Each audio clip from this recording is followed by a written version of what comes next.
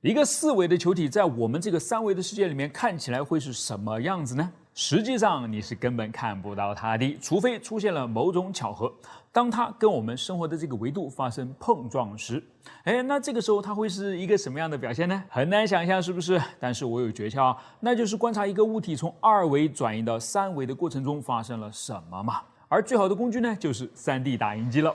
我们假设有一个正好生活在打印喷嘴所在平面上的二维生物，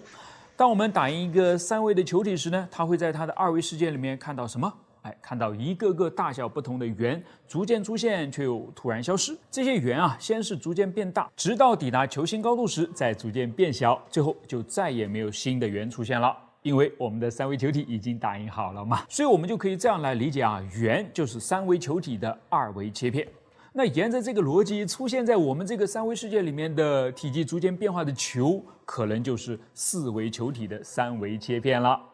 要是之前这个现象真的出现在你的眼前大概率你会将其称之为灵异事件。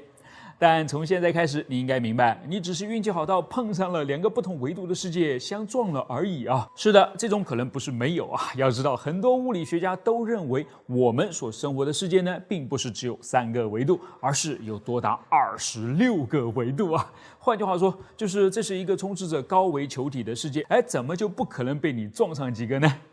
好吧，这实在是有点反直觉但是反直觉才是这个世界的真相这本书《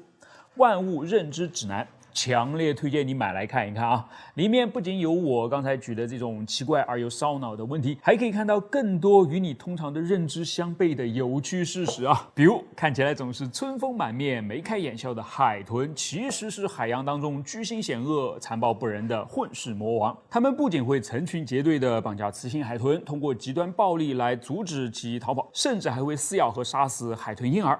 还比如伟大的探险家哥伦布，其实同时也是历史上最傲慢、最残酷的暴君之一了。对于新大陆上面的原住民，只要谁敢反抗他就会用上自己最喜欢的刑罚，砍掉他们的双手，然后将其挂在他们自己的脖子上，送回村子里面示众，简直可怕至极这还是你之前认识的哥伦布和海豚吗？所以这本书真的是很有意思强烈推荐给你。